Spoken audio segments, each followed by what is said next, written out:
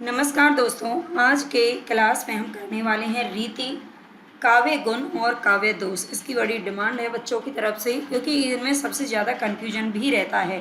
वैसे तो हम काव्य शास्त्र कंप्लीट कर चुके हैं, पूरा नोट्स भी डिटेल भी मैंने पढ़ाया है और रिवीजन तो पूरा काव्य शास्त्र का करवा दिया है। लेकिन फिर भी आज हम यहाँ पर एक छोटा सा टॉपिक लेकर के आए हैं जो आपके लिए बहुत ही इंपॉर्टेंट रहने वाला है और यहाँ से काफ़ी सारे प्रश्न आपकी परीक्षा में बनते हैं। तो चलते हैं बिना देरी की अपनी क्लास की तरफ। अगर आपको पसंद आए तो लाइक सब्सक्राइब जरूर कर लेना और चैनल को सब्सक्राइब कर लेना, ठीक है। देखते हैं यहाँ पर सबसे पहले नाम आता है वामन का। तो पहले हम रीति देखेंगे, ठीक है। पहले हम क्या देखने वाले हैं, रीति, और फिर काव्य गुण और फिर काव्य दोष।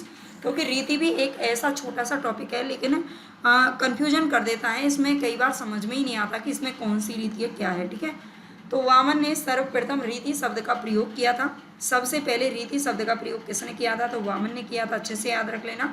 और इसे 3 प्रकारों में बांटा है और इसके लिए इन्होंने ये परिभाषा दी है, सात त्रैधा वैदर्भी गौड़िया पांचाली चेती, ठीक है। सात त्रैधा वैदर्भी गौड़िया पांचाली चेती, ये परिभाषा है जो कि वामन की तरफ से दी गई है। किसकी रीति, वैसे रीति संप्रदाय के जो प्रवर्तक है वो वामन है, ये बात आप जानते हो। लेकिन हम यहाँ पर संप्रदाय को नहीं पढ़ेंगे, केवल रीति को पढ़ेंगे, ठीक है।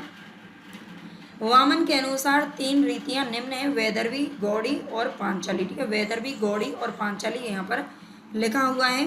राजशेखर ने एक अन्य रीति भी मानी है, जो है जिसका नाम है मागधी, ठीक है। राजशेखर ने एक अन्य रीति मागधी को भी स्वीकारा है। और राजा भोज, ठीक है, राजा भोज ने एक अन्य रीति अवंतिका को भी माना है। किसको माना है, अवंतिका को माना है, याद रख लेना। रूतरट ने जबकि 5 रीतियों का उल्लेख किया है। 5 रीतियों में आती हैं मधुरा, पुरुषा, प्रौढ़ा, ललिता और भद्रा, ठीक है। मधुरा, पुरुषा, प्रौढ़ा, ललिता और भद्रा, ये ध्यान रखना है।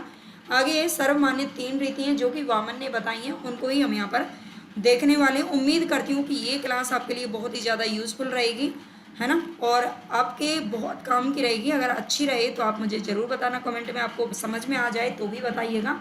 एक वीडियो में हम छोटे छोटे टॉपिक को कवर कर रहे हैं, ठीक है। इससे पहले मैं छंद करवाई थी, मैंने छंद करवाए थे जो बच्चों को बहुत ज़्यादा पसंद आए थे और उसी में कुछ कमेंट थे इनको लेकर के। तो वैदर्भी रीति सबसे पहले देखेंगे। सर्वोत्तम रीति होती है वैदर्भी रीति को, सर्वोत्तम यानी कि सबसे ज़्यादा अच्छी रीति माना जाता है वैदर्भी, याद रख लेना। जिसमें सरलता होती है, सहजता होती है, स्पष्टता होती है और इसके ये अति आवश्यक तत्व होते हैं। क्या, सरलता, सहजता, स्पष्टता, अति आवश्यक तत्व होते हैं किसके, वैदर्भी रीति के। तो वैदर्भी रीति क्या है, सर्वोत्तम रीति जो कि सबसे पहली रीति है, ठीक है। गौड़ीय रीति की बात करें तो गौड़, ये ओज गुण को व्यक्त करने वाली लंबे समासों और अलंकारों से युक्त, कठोर वर्णों से युक्त को क्या कहते हैं, गौड़ीय रीति कहते हैं, या फिर इसे परुषा भी कहते हैं। इसे क्या कहते हैं, गौड़ीय रीति के को परुषा भी कहते हैं, ये याद रख लेना। ये ओज गुण को व्यक्त करती है। ये कई बार हमें समझ में ही नहीं आता कि इसमें कौन सा मतलब गुण, मतलब ये आप जानते हैं ना, गुणों से संबंधित होती हैं। जो 3 रीतियाँ हैं 3 गुणों से संबंधित होती हैं, लेकिन हमें इन्हें कई बार पहचान नहीं पाते। मैचिंग में भी प्रश्न पूछ लिए जाते हैं, ठीक है। आगे देखेंगे हम एक बार, अब समझाऊंगी आपको, ठीक है। वैदर्भी रीति सर्वोत्तम रीति है जिसका गुण है सरलता, सहजता और स्पष्टता।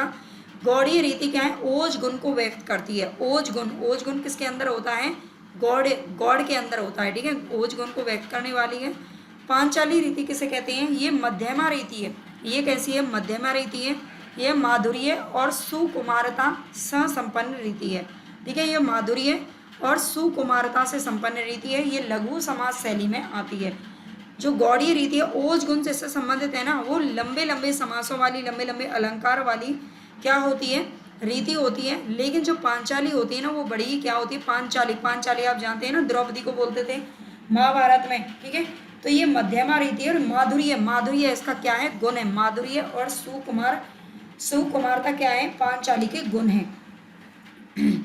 आगे वामन का ये मत है कि रीति पढ़ने और सीखने से नहीं आती, बल्कि जन्मजात संस्कारों से संबंधित होती है, ठीक है। जो वामन ये कहते हैं कि रीति जो है, रीति का अर्थ होता है प्रकार, ठीक है। रीति का अर्थ क्या होता है, प्रकार, मतलब जीवन जीने का जो तरीका है, या फिर हम किसी का सम्मान कैसे करते हैं, हम किसी के किस तरह से हम अपने जीवन को जीते हैं, किस तरह से हम लोगों से व्यवहार करते हैं। तो ये सब चीज़ हमें कहाँ से होते हैं, ये हम पढ़ने और सीखने से नहीं सीख सकते, बल्कि जन्मजात संस्कारों से संबंध होता है, जन्मजात संस्कारों से संबंधित है, ये वामन का मत है।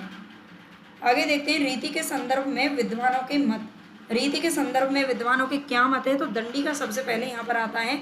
दंडी कहते हैं कि रीति एवं गुण को इन्होंने परस्पर संबद्ध माना है, एक दूसरे से संबंधित माना है। किसको? रीति और गुणों को। आप जानते हैं 3 रीति होती हैं और 3 सर्वमान्य गुण होंगे, आगे हम पढ़ेंगे इनको, और दोनों एक दूसरे से परस्पर संबंधित होते हैं। आनंदवर्धन का कहना है कि शब्द व अर्थ में सौंदर्य का विधान स्थायी करती है। जो रीति होती है, रीति जो होती है क्या करती है? शब्द व अर्थ में सौंदर्य का विधान स्थायी करती है। और कहते हैं वाक्यम वाचक चारुत्व देह, ठीक है, वाक्यम वाचक चारुत्व देह। सीधी सीधी पंक्तियां पूछी जाती हैं, आप जानते हो किसी भी परीक्षा में, है ना, पूछ लेगा ये पंक्ति आपको दे दी, भाई ये बताइए पंक्ति किसकी है, तो आनंदवर्धन की, ऐसे आपको याद रखना है। विश्वनाथ, विश्वनाथ का देखते हैं रीति को इन्होंने रस का उत्पादक माना है, ठीक है, रीति को क्या माना है? रस का उत्पादक, रस को पैदा करती है क्या रीति? इन्होंने ये कहा है कि यह काव्य के आत्मभूत तत्व रस भाव इत्यादि के उपकारक हैं, ठीक है। रीति को इन्होंने रस का उत्पादक माना है और कहा है कि ये काव्य के आत्मभूत तत्व रस भाव इत्यादि के उपकारक हैं। आगे देखते हैं कुंतक एवं मम्मट। कुंतक और मम्मट का नाम आता है। दोनों ने रीति को प्रत्यक्ष रूप से स्वीकार नहीं करके विरतियों के रूप में स्वीकारा है। कुंतक और मम्मट दोनों का नाम एक साथ आता है और इन दोनों ने प्रत्यक्ष रूप से रीति को नहीं स्वीकारा, याद रख लेना, जबकि विरतियों के रूप में स्वीकारा है। राजशेखर का क्या कहना है? इन्होंने रीति को काव्य का बाह्य तत्व माना है, ठीक है, रीति को काव्य का बाह्य तत्व मानते हैं। कहते हैं कि बाहरी तत्व है, कोई अंदरूनी, मतलब इस अंदर का तत्व नहीं है जो समझ में ना आए, ये बाहर का तत्व है, ठीक है। रीति काव्य की आत्मा का एक साधन है, साध्य नहीं है, ये राजशेखर की परिभाषा है, तो याद रख लेना। अब हम देखेंगे यहाँ पर काव्य गुण। अगर आपको वाकई में क्लास अच्छी लग रही है और आपको लग रहा है कि आपके समझ में आने वाली है, आपके लिए फ़ायदेमंद है, तो चैनल को सब्सक्राइब जरूर कर लीजिए, जो भी भाई बहन नए हैं। और इससे पहले हम हिंदी साहित्य को पूरा कंप्लीट कंटेंट भी करवा चुकी हूँ मैं, और PYQ वगैरह, MCQ, वन लाइनर, पता नहीं इतना सब कुछ हमने करवाया है, तो आप जाकर के प्लेलिस्ट चेक कर सकते हैं। अगर आप TGT की परीक्षा देने जा रहे हो तो यकीन मानिए कि जो हमारी प्लेलिस्ट में है उसको आप अच्छे से पढ़ करके जाइए, आपका पेपर में क्वेश्चन गलत नहीं होंगे, ठीक है। यहाँ पर काव्य गुण की अगर बात करें तो संस्कृत काव्य शास्त्र में गुणों को रस का उत्कर्षक माना गया है, ठीक है। संस्कृत काव्य शास्त्र में गुणों को रस का क्या माना गया? उत्कर्षक। उत्कर्षक का अर्थ होता है किसी चीज़ को बढ़ाने वाला, ठीक है। उत्कर्षक का अर्थ क्या होता है? बढ़ाने वाला। तो गुण क्या होते हैं? रस को बढ़ाते हैं। अगर गुण होते हैं किसी के अंदर तो वो रस को बढ़ाते हैं। जैसे कि होता है ना, हमारा मतलब कोई इंसान है, उसके अंदर अगर गुण होते हैं तो उसका जो चेहरा है ना वो भी दमकता है, ठीक है, मतलब उसका चेहरा भी दमकता है, उसके सारा उसका व्यवहार भी अच्छा लगता है, उसकी सारी चीज़ें अच्छी लगती हैं, जिसके अंदर बहुत सारे गुण होते हैं, तो रस का उत्कर्षक होता है। वैसे ही काव्य में होता है, बिल्कुल काव्य में भी अगर गुण होते हैं उसके अंदर तो वो रस को बढ़ाते हैं। रसो उत्कर्षका दो गुना, ठीक है, रसो उत्कर्षका गुना, ये इसकी परिभाषा मिलती है। काव्य गुण का अर्थ होता है दोष का अभाव, शोभाकारी और आकर्षक धर्म, ठीक है। दोष का काव्य गुण कहाँ पर होगा? जहाँ पर दोष का अभाव होगा, ठीक है। परिभाषा काव्य के विधायक धर्म जो रस का उत्कर्ष करते हैं, ये इसकी परिभाषा है। गुण या रीति के प्रतिष्ठाता आचार्य कौन है? वामन है। गुण के भी प्रतिष्ठाता आचार्य वामन है और रीति के भी। काव्य शोभाया कर्तारऊ धर्म गुणा, ये इन्होंने परिभाषा दी है वामन ने गुणों को लेकर के, ठीक है। काव्य शोभाया कर्तारऊ धर्म गुणा, काव्य शोभा को क्या बढ़ाते हैं? गुण बढ़ा, गुणों का जो धर्म वो बढ़ाता है, ठीक है। काव्य शोभा, काव्य की शोभा को बढ़ाते हैं। दंडी ने भरत के द्वारा, भरत यानी कि भरत मुनि के द्वारा प्रतिपादित 10 काव्य गुणों की सत्ता स्वीकार करते। 10 काव्य गुण किसने माने? भरत ने माने, आगे देखेंगे इनको। और इनके 10 काव्य गुणों की सत्ता को स्वीकार करते हुए इस वैदर्भ मार्ग का प्राण बताया है। किसने? दंडी ने। और इन्होंने एक परिभाषा दी है, एते वैदर्भ मार्गस्य, एते वैदर्भ मार्गस्य प्राणा 10 गुना स्मृता, ठीक है, 10 गुना स्मृता, इन्होंने भी 10 गुण माने हैं। इस तरह से आप याद रखेंगे। आगे देखेंगे भरत मुनि क्या कहते हैं। इन्होंने दोष के विपर्य गुण को माना है, ठीक है, विपरीत, दोष के विपरीत में क्या है? गुण है, ऐसा कहा है किसने? भरत मुनि ने। और परिभाषा दी है गुना विपर्या दोषाम, ठीक है, गुना विपर्याय दोषाम इन्होंने बताया है। वामन क्या कहते हैं? गुणों को काव्य के मुख्य तत्व के रूप में, गुणों को काव्य के मुख्य तत्व के रूप में इन्होंने प्रस्तुत किया और इसे शब्दार्थयो धर्मा कहाँ है, क्या कहा है, शब्दार्थयो धर्मा कहाँ है, किसने, वामन ने। भामा और दंडी भी उसे शब्दार्थ का धर्म ही मानते हैं। भामा जो कि अलंकार संप्रदाय के प्रवर्तक हैं, उन्होंने भी क्या माना है, इसे शब्दार्थ का धर्म माना है। आनंदवर्धन की परिभाषा मिलती है हमें, गुणों का स्वतंत्र अस्तित्व नहीं माना, किसने, आनंदवर्धन ने। आनंद ने गुणों का कोई स्वतंत्र अस्तित्व नहीं माना बल्कि रस आश्रित माना है। मम्मट और विश्वनाथ की भी यही मान्यता है। तो ये सारी परिभाषाएं आपको अच्छे से याद रख लेनी है, कॉपी पेन लेकर के बैठिए, लिख लीजिए एक जगह पर कहीं पर। वैसे इन सब की पीडीएफ भी आपको टेलीग्राम पर मिल जाएगी। आगे देखते हैं काव्य गुणों की संख्या। यहाँ से सबसे ज़्यादा प्रश्न बनते हैं, किसने कितने गुणों को माना है। तो भरत मुनि और दंडी दोनों ने 10 गुण माने हैं, वामन ने 20 गुण माने हैं। वहाँ से क्या बन गया, 10 से 10 बन गया, 10 से दंडी बन गया। ऐसे याद रख लेना, भरत मुनि का सबको पता ही है। वामन, व से वामन बन गया और वैसे क्या बन गया, 20 बन गया। और तो किसी ने देखो 20 माने ही नहीं है ना। वामन, व से वामन, व से 20, ऐसे याद रख लेना। भोजराज ने कितने माने हैं, 24 गुण माने हैं। ये भोजराज वही हैं जिन्होंने सबसे पहले काव्य शास्त्र शब्द का प्रयोग किया था। ठीक है, इन्होंने काव्य शास्त्र शब्द का प्रयोग ही सबसे पहले किया था भोजराज ने, और इन्होंने 24 गुण माने। सबसे ज़्यादा जो गुण माने हैं ना, वो भोजराज ने ही माने, भोजराज। ठीक है, भोजराज राजा भोजराज, तो इन्होंने 24 गुण माने, याद रख लेना। अग्नि पुराण में 18 गुणों का वर्णन किया गया है, 18। ठीक है, अग्नि पुराण में कुंतक ने 2 गुण माने हैं, केवल 2। ठीक है, कुंतक, कुंडल हमारे 2 होते हैं, तो कुंतक ने 2 गुण मान लिए। आनंदवर्धन ने 3 गुण माने हैं, कितने माने हैं, 3 गुण माने हैं। मम्मट ने भी 3 गुण माने, तो दोनों का याद रख लेना। देव कवि 12 गुण मानते हैं, देव कवि कितने मानते हैं, 12 गुण मानते हैं। जबकि शुक्ल जी गुणों को रस आश्रित मानते हैं, जो हिंदी साहित्य के प्रणेता हैं, है ना, शुक्ल जी, वो गुणों को क्या मानते हैं, रस आश्रित मानते हैं। जबकि श्याम सुंदर दास गुणों को शैली मानते हैं, गुणों को क्या मानते हैं, शैली। कौन, श्याम सुंदर दास जी। कुछ हिंदी रचनाकारों की या हिंदी जो हमारे लेखक हैं, कवि हैं, उनकी भी यहाँ पर परिभाषाएं देखने को मिलती हैं हमें। सर्वमान्य की बात करें तो 3 गुण माने जाते हैं, जो कि मम्मट और किसने माने हैं, मम्मट और आनंदवर्धन ने माने हैं। ठीक है, अभी हमने देखा था ना, मम्मट का नाम है ना, मम्मट और आनंदवर्धन। ठीक है, 3 गुण इन दोनों ने माने हैं, और यही सर्वमान्य है जिसमें आते हैं नाम। इनके नाम याद रख लेना, माधुर्य, ओज और प्रसाद। ठीक है, माधुर्य, ओज और प्रसाद। माधुर्य गुण को समझने की कोशिश करते हैं। माधुर का अर्थ ही क्या होता है, मधुर, मधुर यानी कि मीठा मीठा। अंतःकरण को आनंद और उल्लास से द्रवित करने वाली कोमल मधुर वर्णों से युक्त रचना माधुर्य गुण से युक्त होती है, याद रखना। ठीक है, अंतःकरण को, जो रचना हमारे अंतःकरण को जब रचना को हम पढ़ते हैं तो उससे हमें आनंद मिलता है, खुशी होती है ना। कोमल और मधुर वर्ण होते हैं जो सुनने में अच्छे लगते हैं, उसमें होता है क्या, माधुर्य गुण। इसमें प्राय श्रृंगार रस होता है, करुण रस होता है, और शांत रस में ये गुण मौजूद रहता है। ठीक है, श्रृंगार, करुण और शांत रस में मौजूद होता है। भरत मुनि ने माधुर्य गुण के लिए श्रुति मधुरता ये शब्द प्रयोग किया है। ठीक है, भरत मुनि ने माधुर्य गुण के लिए क्या शब्द प्रयोग किया है, तो श्रुति मधुरता, यानी कि सुनने में जो क्या लगे, मधुर लगे, इसका नाम दिया है। दंडी ने रसमयता का नाम दिया है, वामन ने उक्ति वैचित्र्य और मम्मट ने आह्लादकता का नाम दिया है, याद रख लेना।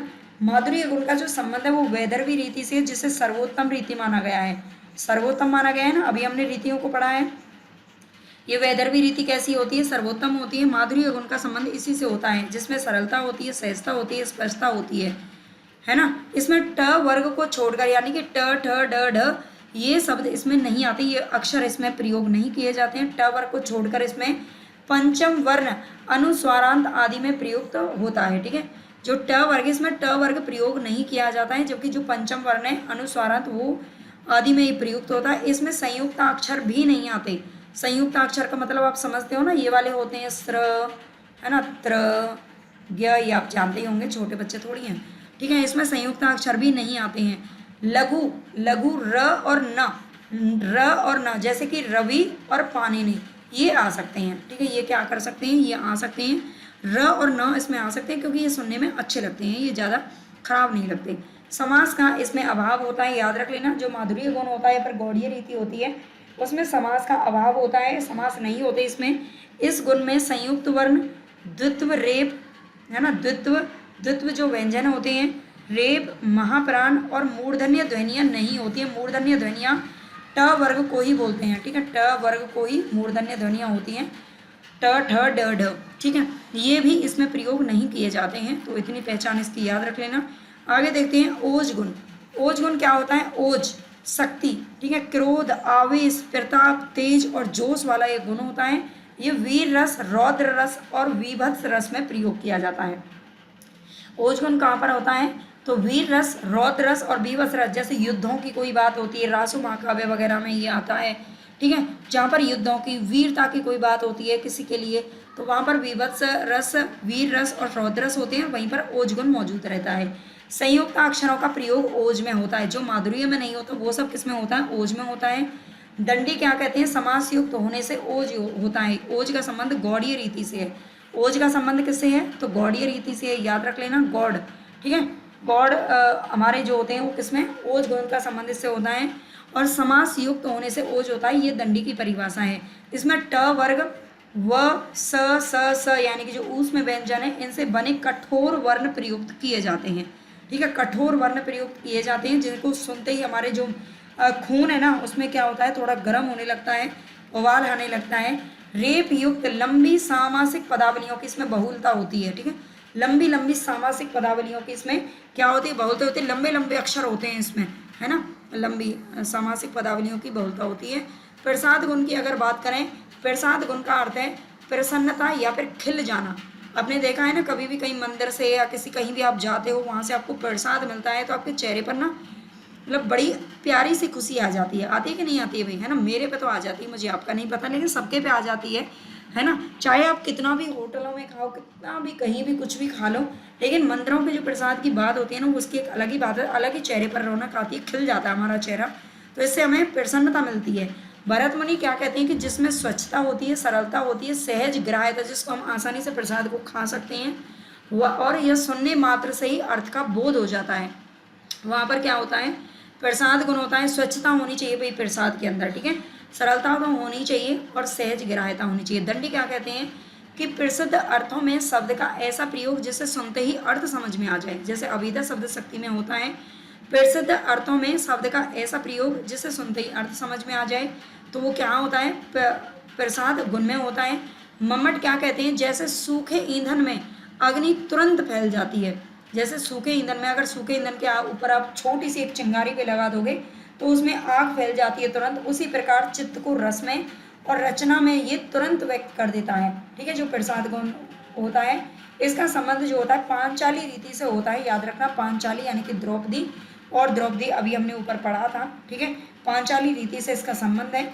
इसकी व्यंजना सभी रसों में संभव होती है। कई बार तो मैचिंग में यही पूछ लिया जाता है, एक तरफ आपको गुणों के नाम दे देगा और एक तरफ आपको रीति का नाम दे देगा और कहेगा कि किस गुण का संबंध किस रीति से है, ठीक है, और ये 2-3 बार क्वेश्चन पूछे जा चुके हैं, तो इसीलिए इनको तीनों को याद रखना। इसकी व्यंजना सभी रसों में संभव है। जो प्रसाद है ना, प्रसाद सभी रसों में संभव है, यानी कि चाहे कोई छोटा हो, बड़ा हो, और चाहे कोई ऊंच नीच का इसमें कोई भेद नहीं है, मतलब प्रसाद हर किसी को दिया जाता है प्रसाद, ठीक है। यह अविधा से युक्त होती है, जो तुरंत समझ में आ जाती है, जो तुरंत आप ग्रहण जिसको कर सकते हो। इसमें अल्प समास युक्त काव्य हो सकता है, ठीक है, इसमें लंबे लंबे सामासिक पदावली नहीं होती हैं, अल्प समास हो सकता है, मतलब हो सकता है, ऐसा नहीं है कि बिल्कुल नहीं होगा, वर्जित नहीं होता है, जैसे कि किसमें होता है? हमारा गौड़ी जो माधुर्य गुण है उसके अंदर होता है। इसमें लाक्षणिक और सांकेतिक अर्थ प्रदान करने वाले शब्दों से बचना चाहिए। वह आता दो टूक कलेजे के करता, पछताता पथ पर आता, ठीक है, वह आता दो टूक कलेजे के करता, पछताता पथ पर आता, ये जो पंक्ति है इसमें कौन सा है? प्रसाद गुण है, ये याद रख लेना। आगे देखेंगे हम काव्य दोष। तो काव्य दोष की बात करें तो काव्य में दोष होना, ठीक है, किसी के अंदर दोष होना, रस के आस्वादन में अगर बाधा पड़ती है तो उस तत्व को क्या कहते हैं? दोष कहते हैं। भरत मुनि क्या कहते हैं? गुण का विपर्य दोष है, दोष का विपर्य गुण है और गुण का विपर्य दोष है, ये भरत मुनि की परिभाषा है। दंडी क्या कहते हैं? दोष काव्य में विफलता के कारण होते हैं। जो दोष हैं वो काव्य में किसके कारण होते हैं? विफलता के कारण होते हैं। अगर काव्य हमारा सफल नहीं हो पाता, वो अच्छा नहीं है, उसमें कोई कमी है, तो वहाँ पर दोष होते हैं। विद्वानों को इसका परित्याग करना चाहिए। क्या करना चाहिए? विद्वानों को इसका परित्याग करना चाहिए। काव्य दोष को कुष्ठ रोग के समान माना जाता है, ठीक है, काव्य दोष को कुष्ठ रोग तो आप जानते ही होंगे, जो कोढ़ रोग होता है ना, एक बार अगर ये लग जाए तो उस काव्य को नष्ट कर देता है, जैसे कुष्ठ रोग होता है अगर किसी के शरीर में अगर ये प्रवेश हो जाए रोग, तो ये क्या कर देता है, उसको खत्म ही कर देता है। आगे हैं मम्मट। मम्मट क्या कहते हैं, तद दोषौ शब्दार्थौ सगुना अवन अलंकृति पुनः क्वापि। दोष काव्य का एक विधेयात्मक तत्व है, ठीक है। मम्मट क्या कहते हैं, तद दोषौ, ये इनकी परिभाषा याद रख लेना, तद दोषौ शब्दार्थौ सगुना अवन अलंकृति पुनः क्वापि, ठीक है। मम्मट ने परिभाषा दी है दोष, काव्य दोष को लेकर। अग्नि पुराण में लिखा हुआ है कि दोष उद्वेगजनक होते हैं, ठीक है। अग्नि पुराण क्या कहता है कि दोष उद्वेगजनक होते हैं। वामन का कथन है कि दोष काव्य सौंदर्य की हानि करते हैं। वामन का क्या कहना है कि दोष काव्य सौंदर्य की हानि करते हैं, मतलब काव्य में अगर देखो कोई इंसान कितना भी सुंदर हो, है ना, देखने में बाहर से भले ही वो सुंदर हो, लेकिन अगर उसके अंदर दोष हैं, कोई उसको पसंद नहीं करेगा, है ना, उसकी हानि तो होगी। मम्मट क्या कहते हैं कि मुख्य अर्थ को जिसमें आकर्षक हो दोष माना है इन्होंने। विश्वनाथ का कहना है कि काव्य का अपकर्ष ही दोष है, काव्य का अपकर्ष होना ही क्या है, दोष है। ये रसा अपकर्षका दोषा, ठीक है, रसा अपकर्षका दोषा इन्होंने क्या कहा है, रसा अपकर्षका दोषा, ये परिभाषा दी है किसने, विश्वनाथ ने, याद रख लेना। श्रीपति क्या कहते हैं, तो श्रीपति का कहना है जा पदार्थ के दोष ते आछे कवितना साई, ठीक है, जा पदार्थ के दोष ते आछे कवितना साई, ये श्रीपति का कथन है। चिंतामणि कहते हैं कि शब्द अर्थ रस को जोड़त देखी परे अपकर्ष, शब्द अर्थ रस को जोड़त देखी परे अपकर्ष, ये किसका कथन है, तो ये चिंतामणि का कथन है, याद रख लेना। काव्य दोष के भेद की अगर बात करें तो ये सबसे ज़्यादा इंपॉर्टेंट है जो पूछे जाते हैं। भरत मुनि कहते हैं कि इन्होंने काव्य दोष के 10 भेद बताए हैं, ठीक है। भरत मुनि ने काव्य दोष के कितने बताए हैं, 10 ही इन्होंने गुण माने थे और 10 ही यहाँ पर भेद माने हैं, याद रखना। भामा कहते हैं कि भामा ने इसके 2 भेद बताए हैं, भामा ने काव्य दोष के 2 भेद बताए हैं, पहला वाणी दोष और दूसरा अन्य दोष, ठीक है। और इन दोनों के उपभेदों को मिलाकर 11 भेद बनते हैं, यानी कि 11 भेद या फिर 11 काव्य दोष किसने माने हैं, भामा ने माने हैं।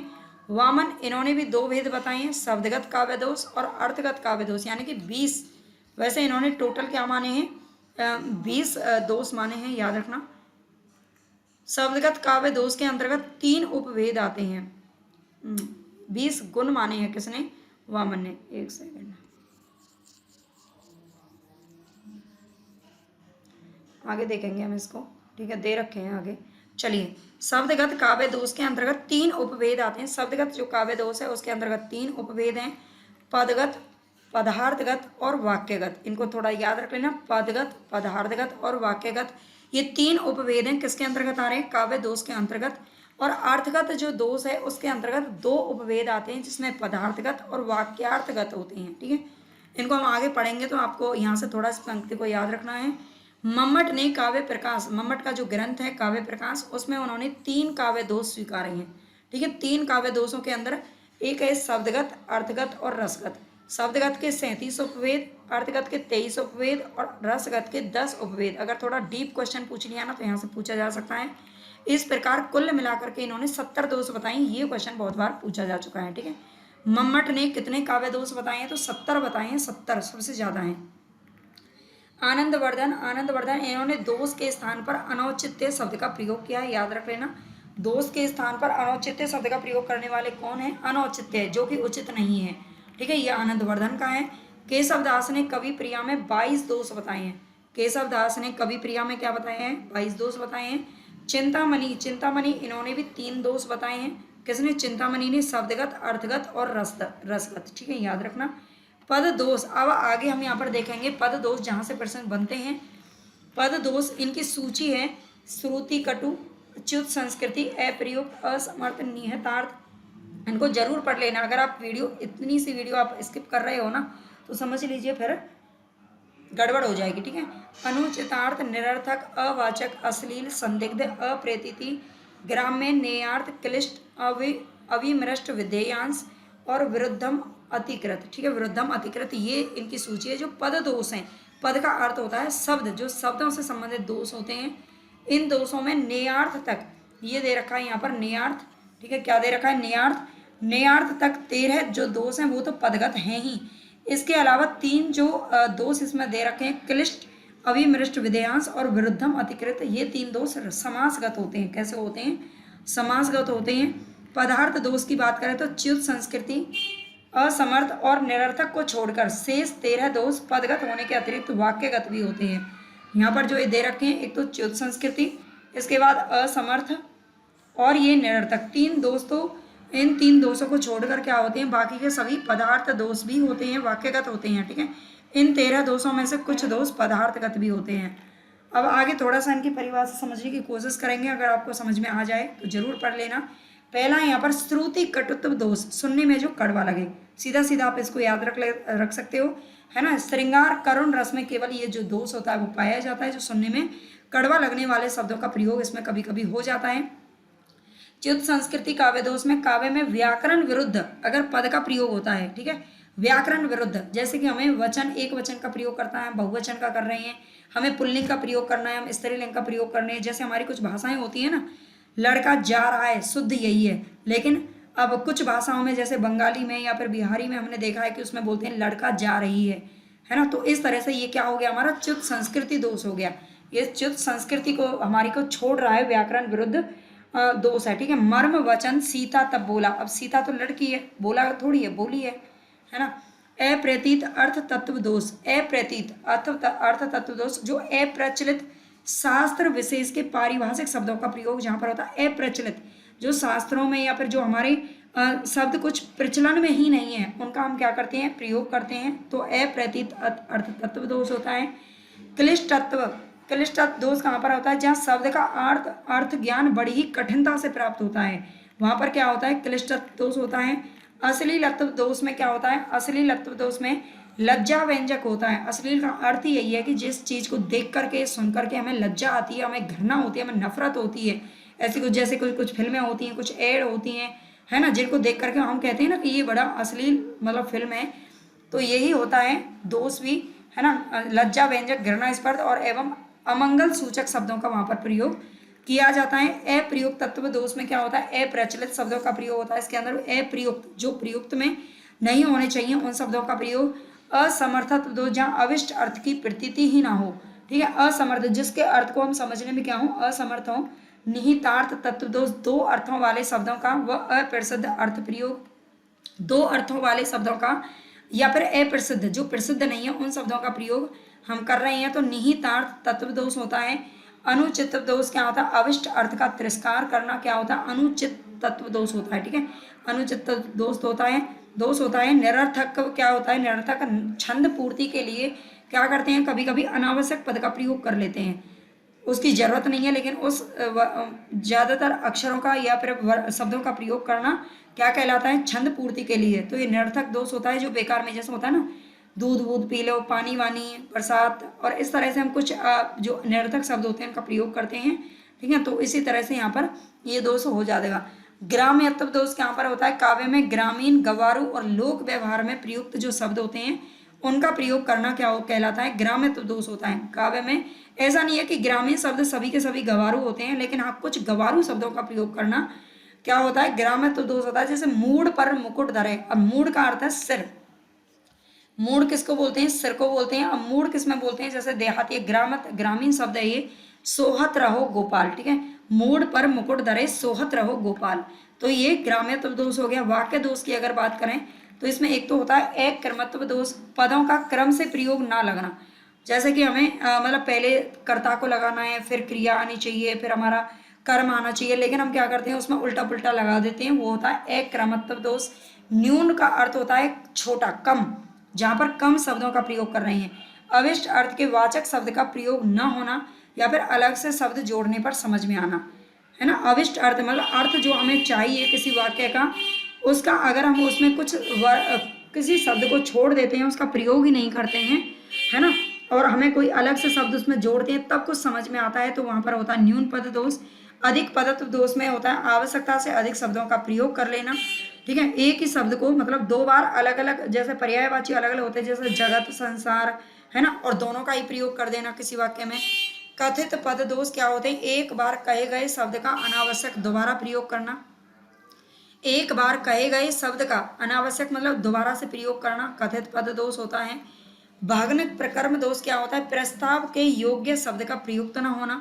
ठीक है, प्रस्ताव के योग्य शब्द का प्रयुक्ति ना होना, ये क्या होता है, भग्न प्रकर्म दोष होता है। प्रसिद्ध हत दोष, प्रसिद्ध हत दोष में क्या होता है, काव्य में प्रसिद्ध मत परंपरा के विरुद्ध कथन प्रसिद्ध हत दोष कहलाता है। ठीक है, काव्य में प्रसिद्ध मत परंपरा के विरुद्ध कथन प्रसिद्ध हत दोष कहलाता है। परोत्कर्ष दोष, किसी वस्तु का बढ़ा चढ़ा करके वर्णन करना, फिर उसकी न्यूनता को सूचित करना, ये परोत्कर्ष दोष होता है। हतव्रत दोष में जिसमें छंद दोष युक्त होते हैं, जिसमें छंद क्या होते हैं, दोष युक्त होते हैं, हतव्रत दोष होता है। पुनरुक्त दोष, एक शब्द का दोबारा से कथन करना पुनरुक्त दोष होता है। ठीक है, ये अधिक पदत्व में भी होता है ऐसा कि एक शब्द का बार बार प्रयोग करना। दुष्कर्मत्व दोष में क्या होता है, काव्य में लोक या फिर शास्त्र के विरुद्ध क्रम से कथन होना ही दुष्कर्मत्व दोष होता है। तो आई उम्मीद करती हूँ कि आपको ये अच्छे से समझ में आ गया होगा। ठीक है, अगर समझ में नहीं आया तो भी बताना कमेंट में कि नहीं आया, अगर आ गया है तो भी बताना, इससे अच्छा तो आप क्या ही पढ़ोगे। ठीक है, और पेपर से पहले ये सारी चीज़ें पढ़ना बहुत ज़रूरी है आपके लिए, छोटे छोटे टॉपिक। अब अगली जो वीडियो है वो कोई ऐसा टॉपिक आपको बताना जो आप कन्फ्यूजन में हो, जो आपको परेशान कर रहा हो। ठीक है, आप कमेंट बॉक्स में ज़रूर लिख देना। बाकी तो वैसे तो हम बहुत कुछ करवा चुके हैं, सब कुछ ही करवा चुके हैं। अभी ये प्रैक्टिस हमारी चल रही है, सुबह की क्लास में हम हिंदी प्लानर की जो बुक है उसका आप प्रैक्टिस कर रहे हैं, उसको भी आप ज़रूर देखें। ओके, धन्यवाद। समझ में आया हो तो लाइक सब्सक्राइब शेयर जरूर कर देना।